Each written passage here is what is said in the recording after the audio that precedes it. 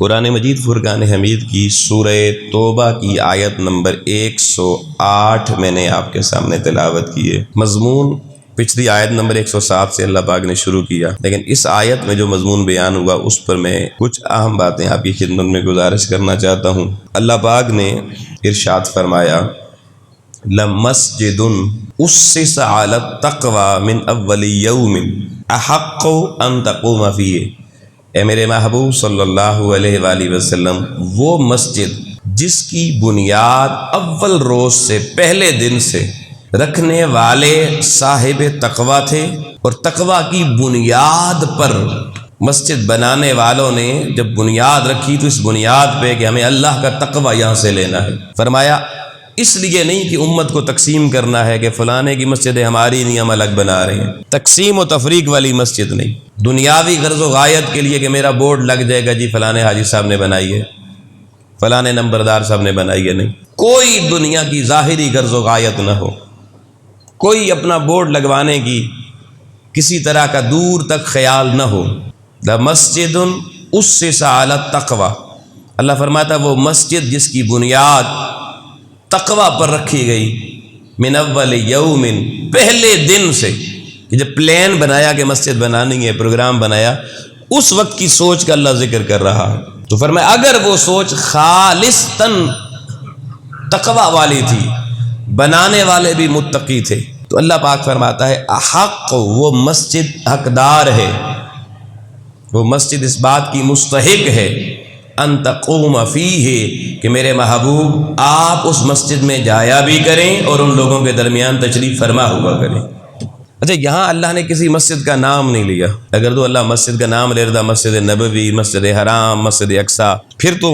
مقید ہو جاتا کہ حضور نے صرف انہی تک جانا ہے، معاملہ شاید ان کا ہے، اسپیشلٹی ان مساجد کو حاصل ہے،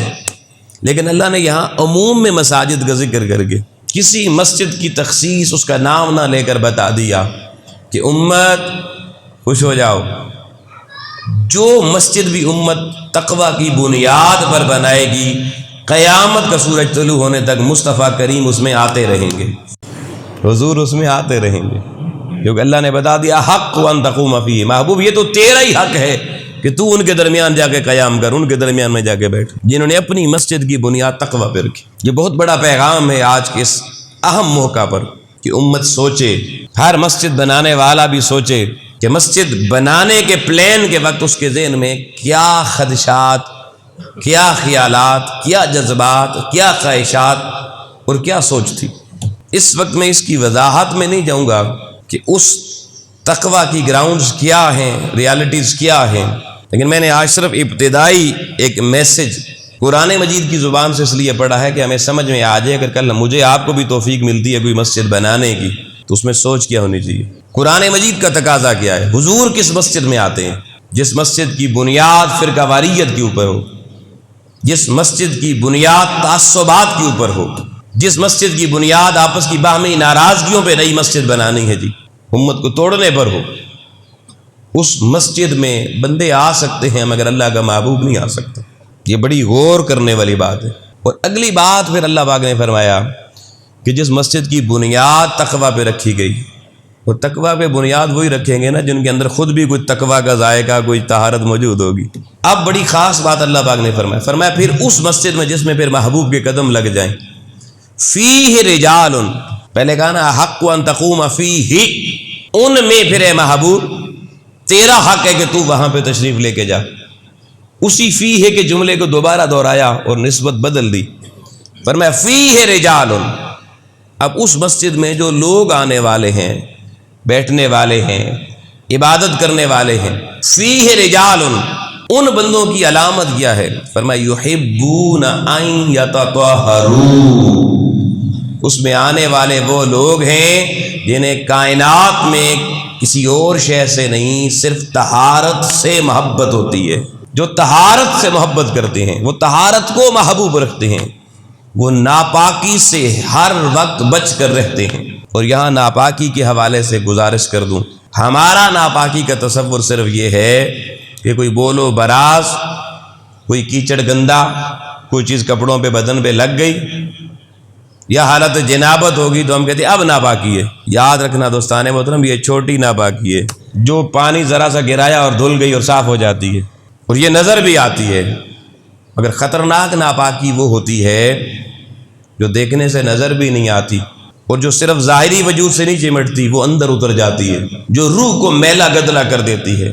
جو دل کے اوپر سیاہ نقطے لگا دیتی ہے۔ آپ کے کپڑے پہ کیچڑ لگ جائے، دل پہ کالا نقطہ نہیں لگتا۔ مگر اصل ناپاکی وہ ہے جس ناپاکی کو دوستان محترم گناہ کہا جاتا ہے، اللہ رسول کی نافرمانی کہا جاتا ہے، شریعت مصطفی سے بیزاری کہا جاتا ہے۔ اس گناہ کی ناپاکی کی شدت اتنی ہے کہ یہ داغ دل پر لگتا ہے، تاریکی روح کی طرف چلتی ہے، گرد وہاں پڑتی ہے اور اس آنکھ سے نظر نہیں آتی۔ اس لیے اور پھر دنیا کا پانی سارے کا سارا بھی گرا دیا جائے تو اس کا میل نہیں صاف ہوتا۔ اس کے میل کو صاف کرنے کے لیے، اس گناہوں کی ناپاکی کو طہارت میں بدلنے کے لیے بھی پانی چاہیے، مگر وہ پانی اسی دل کے چشمے سے نکلے گا جس کے اوپر کالے دھبے گناہ لگا رہے ہیں، اور وہاں اس چشمے سے ہی وہ بہہ کے آنکھ کے راستے سے وہ پانی نکلتا ہے۔ اور اگر اللہ کی خشیت اور خوف اپنے وجود پہ طاری ہوتا ہے، جس طرح سے خاتون گھر میں کپڑے کو رگڑ رگڑ کے دھوبی گھاٹ پہ صاف کرتا ہے، اس وقت اس کے وجود کے اندر وہ لرزہ ہو، وجود پورا اسی طریقے سے جیسے دھوبی کپڑے کو لرزہ پر اندام کرتا ہے۔ اگر طبیعت میں جوان کی یہ خشیت پیدا ہو جائے اور اس خشیت کے نتیجے میں خشیت کا کنواں چلے، دل کی زمین سے آنسوؤں کا چشمہ پھوٹے اور دل کی موٹر اور پمپ چلے اور یہاں سے پمپ ہو کے یہ پانی اوپر آنکھوں تک آئے، اور اللہ کی خشیت میں انسان کی آنکھیں رونا اور برسنا شروع کر دیں، اور زبان حال سے بندہ کہے مولا اب میرا کام تو یہ تھا کہ اپنے گناہ مان کر اس ناپاکی کو میں نے مان لیا جو میں نے اپنے دامن اپنے باطن پہ لگائی ہے، اب مولا اس آنکھ سے نکلنے والے اس تیری محبت میں اور گناہوں کی ندامت میں اس پانی سے تو میرے اندر کے ان گناہوں کو دھو کے مجھے طہارت کاملہ عطا فرما دے۔ جب بندہ اس راستے روٹ پر جاتا ہے تو پھر اس کے وہ نجاست، وہ غلاظت اور وہ گندگی اور کثافت جو گناہوں کی وجہ سے انسان پر آتی ہے وہ بھی دھل جاتی ہے اور بندہ طیب و طاہر ہو جاتا ہے۔ لیکن ہمارے جوان، ان کی سوچ صرف اس طہارت پر جا کے ختم ہو جاتی ہے۔ تو خالق کائنات فرما رہا ہے میرے وہ گھر جن کی بنیاد تقویٰ پہ رکھی گئی اور حق ہے محبوب کا کہ اس گھر میں جائیں، پر میں اس میں آنے والے لوگ وہ ہوتے ہیں جو ظاہری اور باطنی طہارت کو محبوب رکھتے ہیں۔ ان کے محبوب پھر اور نہیں ہوتے، طہارت محبوب ہوتی ہے، پاکیزگی محبوب ہوتی ہے، اور وہ پھر دنیا سے بھی ان لوگوں سے محبت کرتے ہیں جن کے اندر طہارت کے نور سے جن کے دل بھرے ہوئے ہوتے ہیں۔ پھر فرمایا واللہ یحب المطہرین، جو طہارت کو محبوب رکھے اللہ اس مطہر کو، اس طہارت کو محبوب رکھنے والے کو پھر اللہ اپنا محبوب بنا لیتا ہے، اللہ اسے اپنی محبت دے دیتا ہے۔ تو اللہ کی محبت کا سودا لوگوں لینے کے لیے اپنے اس وجود کے ظاہر کو بھی اور باطن کو بھی طہارت کا نور دینا پڑتا ہے۔ جوانوں کے لیے بالخصوص کہوں گا، آپ جتنا اچھی نسل کا شیمپو لے لیں، جتنی اچھی برانڈ کا آپ ڈٹرجنٹ سوپ لے لیں، اور جتنا اچھا فلٹر شدہ پانی اس سے نہانا شروع کر دیں، ظاہر صاف ہو جائے گا لیکن اندر کی غلاظتیں ان چیزوں سے نہیں نکلیں گی۔ تو جتنی توجہ، اور پھر سنیے گا، اگر ظاہر میں کوئی کمی رہ بھی جائے، اندر صاف ہو جائے، تو اندر روح میں یہ طاقت ہے کہ وہ اگر ڈومینیٹ ہو جائے تو ظاہر کی کمزوری بھی دور کرنی چاہیے، لیکن اگر وہ رہ بھی جائے تو اتنا بڑا سوالیہ نشان نہیں ہے، اس کے نقصانات اتنے نہیں ہیں۔ لیکن ایک بندہ ظاہری تو سج دھج کے جناب خوشبوئیں لگا کے آ گیا، لیکن ناپاک دل لے کر اللہ کی بارگاہ میں آ گیا، تو ناپاک دلوں میں تو تقویٰ نہیں ہوتا۔ اور اللہ جن مسجدوں کا ذکر کر رہا ہے ان مسجدوں کا حسن بڑھتا ہی اہل تقویٰ سے ہے۔ تو پتہ چلا مسجدوں کے اندر بھی نور اور تقویٰ اہل تقویٰ کی آمد سے بڑھ جایا کرتا ہے۔ تو ہم سوچیں ہم کتنا تقویٰ کا اہتمام کر کے اللہ کے گھروں میں آتے ہیں۔ اب یہ جو طہارت ظاہری اور طہارت باطنی ہے، طہارت ظاہری تو ہر نمازی روز اس کا 5 دفعہ اہتمام کرتا ہے، لیکن طہارت باطنی ہر شخص اس کی طرف توجہ نہیں دیتا۔ تو طہارت باطنی جس دن بندے کو حاصل ہو جاتی ہے، اس دن کے بعد آپ اپنا خود انالیسس کر سکتے ہیں، پھر بندہ مر سکتا ہے، کٹ سکتا ہے، جھوٹ نہیں بول سکتا، بے ایمانی نہیں کر سکتا، کم نہیں تول سکتا، حقوق العباد میں کسی کو اذیت نہیں دے سکتا، اللہ رسول کی اطاعت سے ایک قدم پیچھے نہیں ہٹ سکتا۔ اور اگر یہ کیفیت بندے کو نصیب ہو جائے تو اس کو قائم پہ رکھنا پڑتا ہے۔ اور میں یہاں بڑی اہم ایک بات ایڈ کرنا چاہتا ہوں، یاد رکھنا 3 کام ایسے ہیں، 3 کام نوجوانوں کو بالخصوص متوجہ کروں گا، ان 3 میں سے کوئی ایک بھی چیز اگر طبیعت میں آ گئی نا تو ساری زندگی حج کرتے رہیں، کلمے پڑھتے رہیں، تلاوتیں کرتے رہیں، مرتے وقت کلمہ نصیب نہیں ہوتا، موت کفر پہ چلی جاتی ہے، ایمان سلب کر لیا جاتا ہے۔ پہلی چیز بڑے غور کرنا چاہیے اس بات پہ، پہلی بات جس سے مرتے وقت ایمان سلب ہو جاتا ہے وہ کام یہ ہے کہ کسی بندے کی طبیعت پہ اگر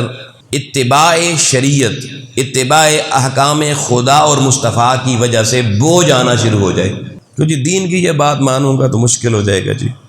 کیسے کروں؟ جیسے کوئی خاتون اگر یہ کہے جی وہ جی پردہ اچھی چیز ہوگی جی مگر کیا جی مجھ سے نہیں ہوتا، جی مجھ سے نہیں ہوتا، یہ اس نے اپنی طبیعت کے بوجھ کا اظہار کیا ہے۔ اور یہ پردہ اس کو کس نے کہا تھا کرنے کا؟ دین مصطفیٰ نے کہا تھا۔ اب دین کا حکم اسے بوجھ طبیعت پہ لگا، مرتے وقت کلمہ نصیب نہیں ہوگا۔ دین کو بوجھ سمجھو گے تو پھر مومن کیسے جا سکتا ہے بندہ؟ ایسے ہی کو بندہ دفتر میں بیٹھا ہے، رشوت آ رہی ہے، سود آ رہا ہے، حرام خوری کے مواقع آ رہے ہیں، وہ نہیں لے رہا رشوت، سود نہیں لے رہا، بھائی توجہ کیجئے گا جملے پہ، مگر اندر بوجھ ہے، یار دین منع نہ کرتا نا تو بڑی چس آتی، دفتر تو بڑا زبردست ملا تھا، سالوں میں کیا دنوں میں حالات بدل جاتے۔ تو یہ طبیعت پہ بوجھ آ گیا نا،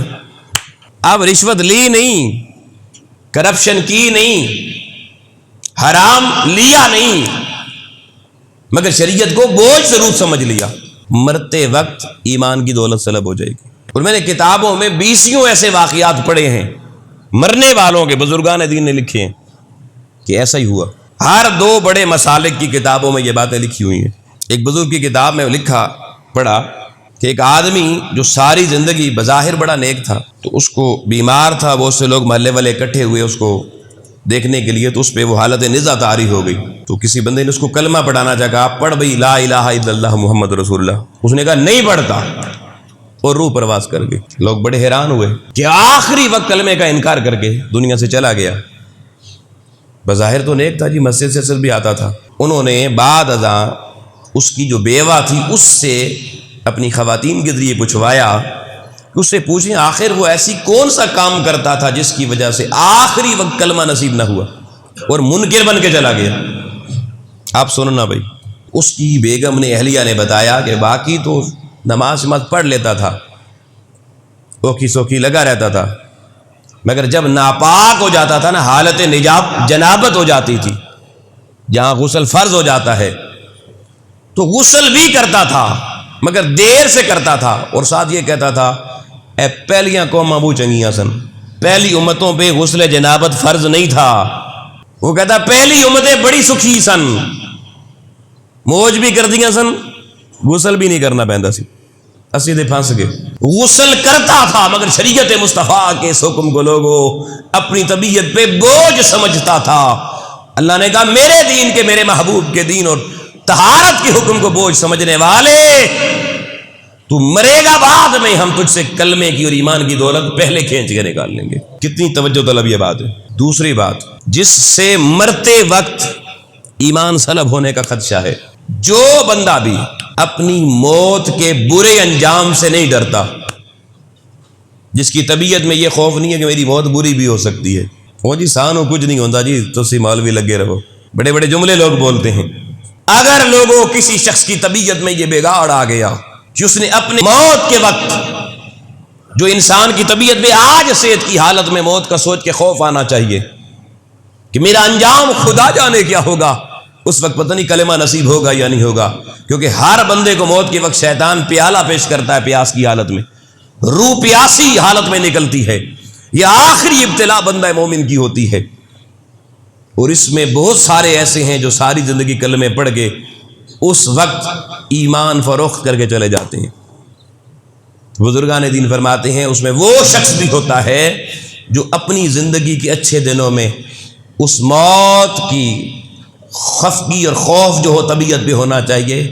جو اس کو اپنے اندر نہیں رکھتا، وہ بھی آخری وقت میں محروم کر دیا جاتا ہے۔ تو یہ لیلۃ النصف من شعبان میں اگر قبرستان رات کو لوگ جاتے ہیں، دن کو تو چلیں پھر ہوائیں دیکھ کر، سورج دیکھ کر کبھی طبیعت ادھر راغب نہیں ہوتی، لیکن رات کے اندھیرے میں اگر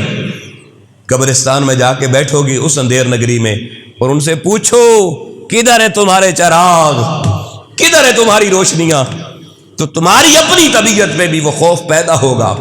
اور آج زندگی میں اگر موت کا خوف طبیعت پہ پیدا کرو گے، وہ تمہیں اعمال بد سے بچائے گا، اور اس کی وجہ سے جتنا اعمال بد سے بندہ بچتا چلا جائے گا، مرتے وقت کلمہ اتنا ہی زبان پہ جاری ہوتا چلا جائے گا۔ اور تیسری اور آخری بات انتہائی لائق توجہ، جو بندہ اللہ کی نعمتوں پر اس کا شکر ادا نہیں کرتا، مرتے وقت اس سے بھی کلمے کی دولت چھین لی جاتی ہے۔ صلاۃ والسلام وضو فرماتے تھے تو وضو شروع کرنے سے پہلے آپ کا معمول تھا، آپ کہتے بسم اللہ الرحمن الرحیم، الاسلام حق والکفر الباطل، اسلام کی حقانیت کا نعرہ بلند کرتے تھے، کفر کے بطلان کا اعلان کرتے تھے۔ اور پھر صبح اور شام کی جو امت کو آپ نے دعائیں سکھائی نا مانگنے کی، جو آج میرا خیال ہے شاید ہی کسی کو پتا ہو، صبح و شام کے جو ہمیں اذکار کرنے چاہیے، اس میں حضور علیہ السلام نے یہ دعا سکھائی کہ اللہ کی بارگاہ میں بندہ مومن صبح بھی اور شام رات کے وقت بھی اپنا دامن پھیلایا کرے اور کہا کرے رضیت باللہ ربا، یہ سب سے پہلے شکر ہے اللہ کا، رضیت باللہ، اللہ میں راضی ہوں، ربن، تیرے رب ہونے سے، تیرے رب ہونے سے، تیرے احکام سے میری طبیعت پہ کوئی بوجھ نہیں آتا، تو کہتا چلا جا میں خوشی سے کرتا چلا جاتا ہوں، رضیت باللہ ربا وبالاسلام دینا، اور میں راضی ہوں، میری طبیعت خوش ہے تیرے دین کے ہر حکم سے، میری طبیعت پہ کوئی ناگواری اور بوجھ نہیں آتا، میری گردن تیرے دین کے آگے جھکی ہوئی ہے اور جھکی رہے گی، رضیت باللہ ربا وبالاسلام دینا وبمحمد النبی، اور اے اللہ میں راضی ہوں کہ مجھے تو نے محمد جیسا نبی عطا کیا، میں خوش ہوں، میری طبیعت خوش ہے، اور حضور کا ہر حکم میری آنکھوں کی ٹھنڈک ہے، میں ہر حکم مصطفیٰ پہ اپنی جان لٹانے کے لیے تیار بیٹھا ہوں، بوجھ نہ آئے۔ یہ جوانوں جو یہ جملے گائے جاتے ہیں، جی بڑا اوکھا وقت آ گیا جی، ویلا آ گیا، ان کے تو بندہ اچھا عمل کرے جی، وہ جی دین کس طرح نافذ ہو سکتا ہے ملک میں، جی یہ بھی بدگمانی ہے دین کے حوالے سے، وہ دین میں آج کہاں طاقت ہے جی ٹکرانے کی، جی بڑے بڑے بموں کے ساتھ، استغفر اللہ العظیم۔ یہ سارے وہ جملے ہیں جو ناشکری والے جملے ہیں، اور خدا جانے ہم ایسے ناشکری کے کتنے جملے بولتے ہیں۔ آؤ دوستان محترم، لیلۃ النصف من شعبان قریب آ گئی ہے، رات آنے والی ہے، اور میں آپ کو سوئے اللہ متوجہ کرنا چاہتا ہوں۔ آج کی شب اس تصور کے ساتھ جاگنا ہے کہ رضیت باللہ ربا وبالاسلام دینا وبمحمد نبینا، طبیعت کا ہر بوجھ جو دین کے معاملے میں آتا ہے اس کو مٹا دینا ہے، اللہ کی ہر نعمت پہ شکر ادا کرنا ہے، کسی چیز کو بوجھ نہیں سمجھنا، اور اپنے موت کے وقت اچھے انجام کے حوالے سے ہر وقت اللہ کی بارگاہ میں دامن پھیلانا ہے، اور برے انجام سے ہر وقت ڈر کے رہنا ہے۔ اگر زندگی بھر کوئی کلمے میں کمی رہ بھی گئی، اگر مرتے وقت نصیب ہو گیا تو بیڑا پار ہو جائے گا، اور ساری زندگی پڑھتے رہے اور مرتے وقت محروم ہو گئے